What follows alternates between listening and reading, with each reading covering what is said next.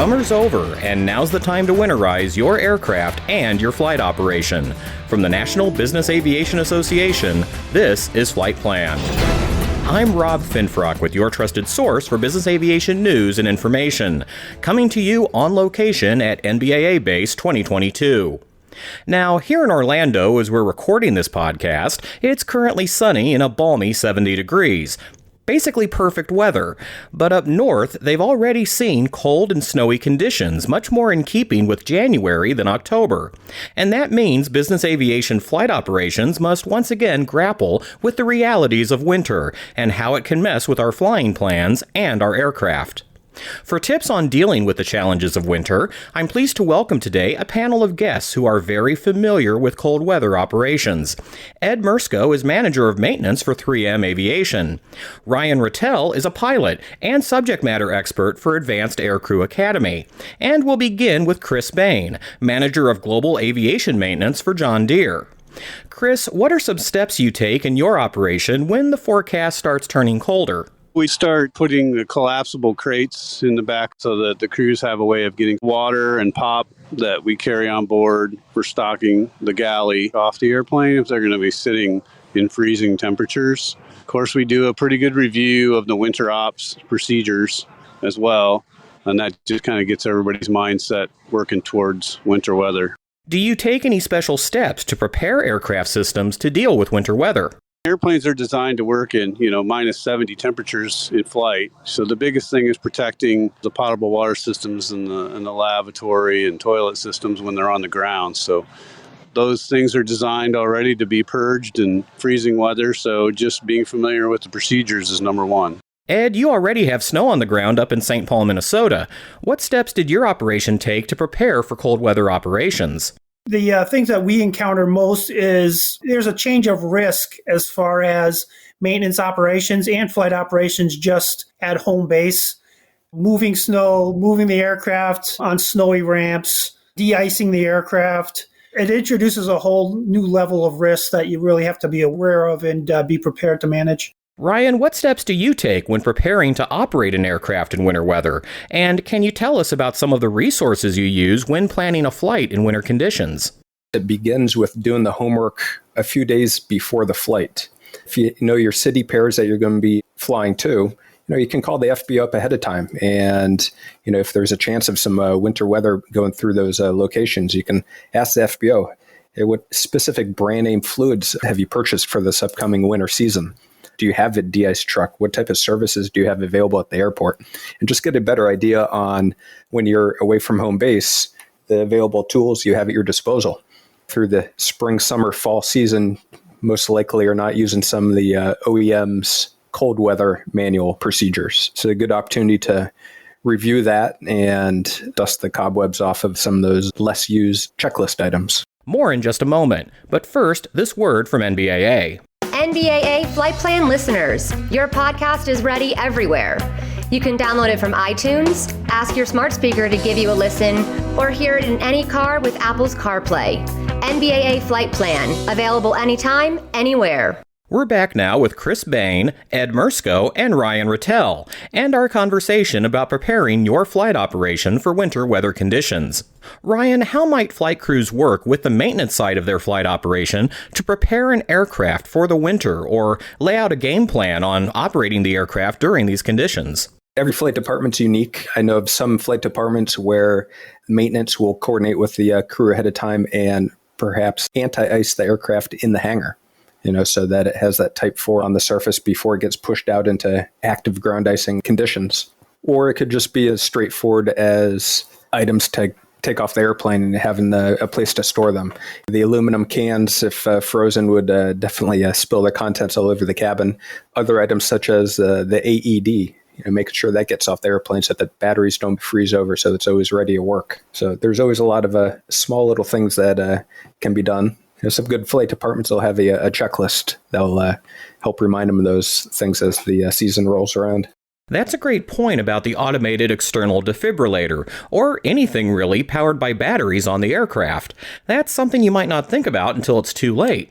Ed, what about preparing the passengers for a flight during winter?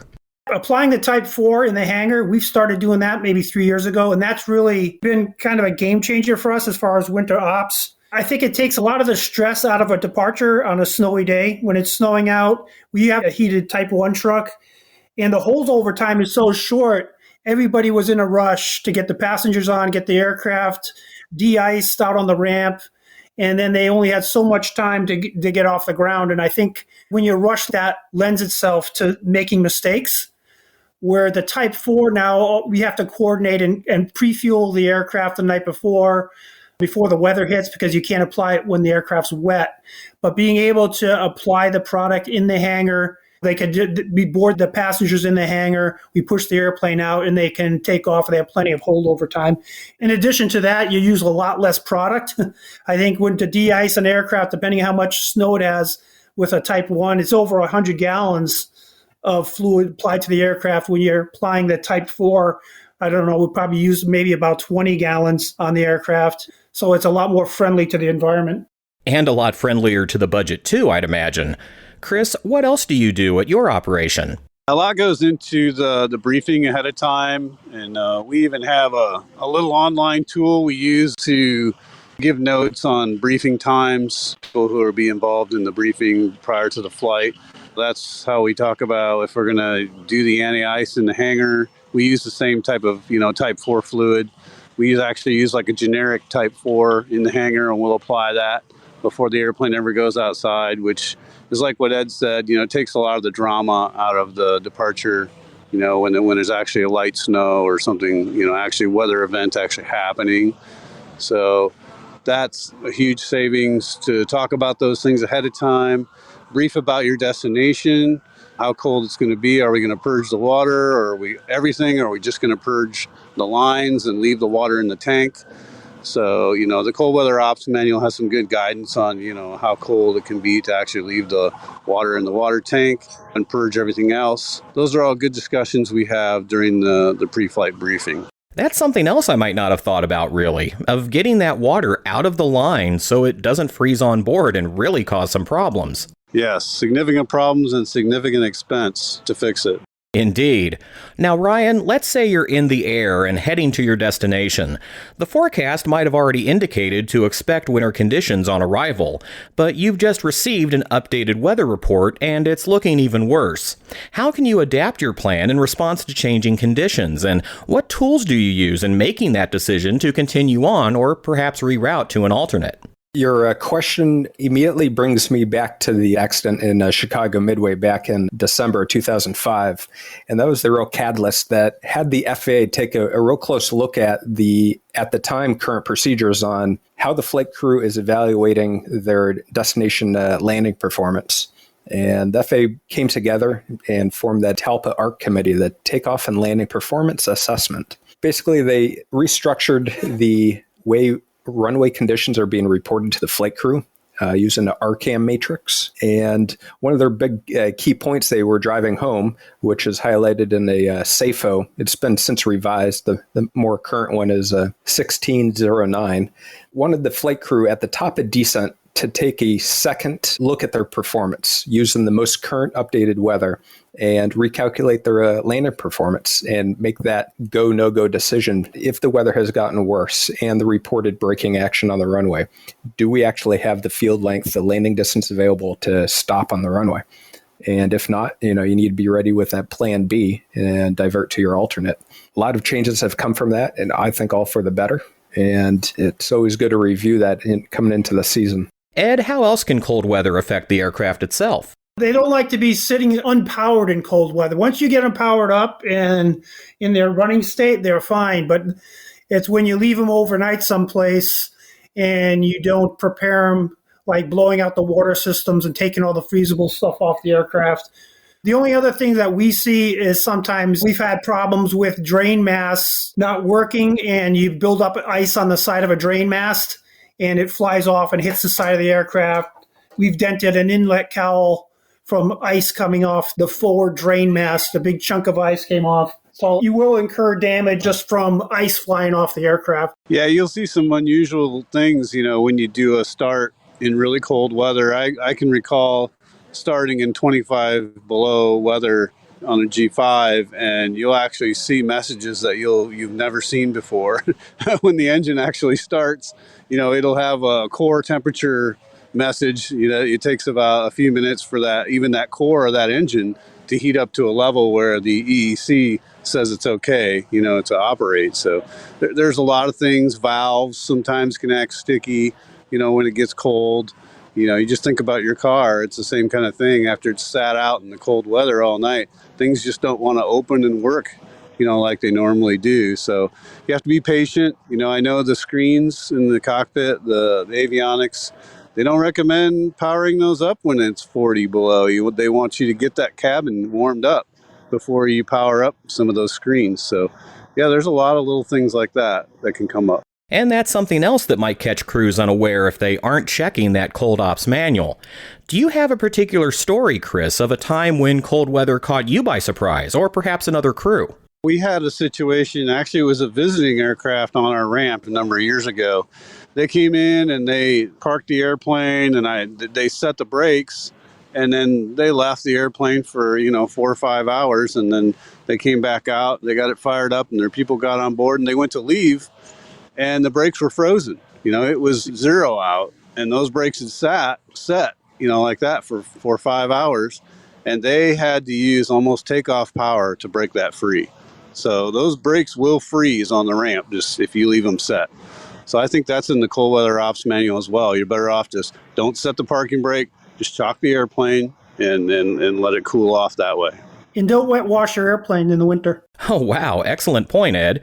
Do you have a tale to share about winter weather leading to unintended consequences? A lot of the stuff that I've seen is, the airplanes live inside when they're home. So most of the stuff we see is call-ins from the crews when they have the airplanes out of town.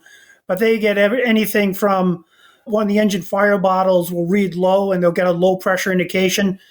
But they just have to wait for the APU to run and the aft compartment to heat up for the pressure to go back up because it's, it was reading right on the edge of being too low, but it was enough when it was cold to trip it. And also we've seen before where they've had the aircraft parked on ice and it gives a false reading to the radio altimeters on the ground, and the airplane thinks it's in the air, and all kinds of crazy stuff happens when it's on the ground and the radio altimeters are telling it's flying. So we see that kind of stuff. Ryan, what about from the flight deck? The first thing that I remember last winter, we were up in Canada, and we had to reposition the jet. It was a smaller airport to get de-iced. And, with the RCAM charts, it's always referring to the runway and the condition of the runway, but it doesn't address the condition of the ramps or the taxiways. And I remember this one evening, we were repositioning the jet over near the de-ice operation was happening, and the ramp to the parking spot was just a sheet of ice. And we went to make the turn into the back alleyway, and the plane was just drifting sideways down the ramp. And it was totally out of our control. So it was definitely very eye-opening to taxi very slow, take your time, and when in doubt, just stop and ask the de-ice trucks to reposition over you or use your due diligence, because it definitely can get interesting very quickly. That story reminds me of listening to ATC recordings online a few years back. They were from an airport near where I grew up in the Midwest. A 737 came in and reported on frequency that the taxiway was slippery as they turned off the runway. Right after that, another company airliner landed on the same runway, taxied off at the same location, and promptly slid right into the grass. That kind of demonstrated the importance of relaying that information and making sure other pilots are aware of it. Absolutely. There's so many various aspects, or I refer to the Swiss cheese model with the error management in the wintertime, that it really behooves a crew to slow down and take their time in the wintertime. One thing I always like speaking about is a lot of the airplanes we're flying now have EFOQA, which is measuring very precisely how the airplane's being flown. And if a flight crew has a habit pattern of holding the plane off for a smooth landing and using a little extra distance in their landing flare to get that smooth landing, that habit pattern is going to carry over into the wintertime, whereas you may need that extra 700 to 1,000 feet for your calculations. So practicing that precision in the summertime pays off in the wintertime in flying a precise approach and landing. Indeed. Chris? It's really getting, the mindset built that everybody's ready. Any given day, we had snowflakes yesterday, so it's coming, and we just need to get ready. I'll just reinforce what's already been said about the Swiss cheese model. In aviation, we're creatures of habit, and we're driven by our repetitive processes. And when we get into trouble is when they get interfered with or we make last-minute changes. And the big problem I see with winter ops is you just don't change your procedures for the whole winter season. One day it's snowing, then next week it's not snowing, and then you're kind of back to normal departures and arrivals. Then the next flight it might be snowing again. So you never really totally switch over to winter ops. You go back and forth. And I think that's where you really have to watch, because you don't really have a chance to develop a routine in winter operations. It's not summer or winter. It's summer, and then it's a snowstorm here. Then you're okay for a while. Then it snows again, or there's an ice storm or something. So you don't really totally change over into winter ops. At least for maintenance, we don't. And if your flying takes you to cold and snowy locations in the coming months, be sure to check out NBAA's weather resource at nbaa.org/weather. It offers a wealth of information about operating through winter and other adverse weather conditions. Pilots are also encouraged to review NBAA's detailed explanation of the takeoff and landing performance assessment that Ryan mentioned at nbaa.org/TALPA. And that's the latest from the National Business Aviation Association. Remember, you can subscribe to all Flight Plan episodes at Apple Podcasts, Google Podcasts, and Spotify, or wherever you find your favorite podcasts, including by asking your virtual assistant or connected device. Of course, you can also download Flight Plan directly from nbaa.org. I'm Rob Finfrock. Thanks for listening, and be sure to join us next time for a new episode of Flight Plan.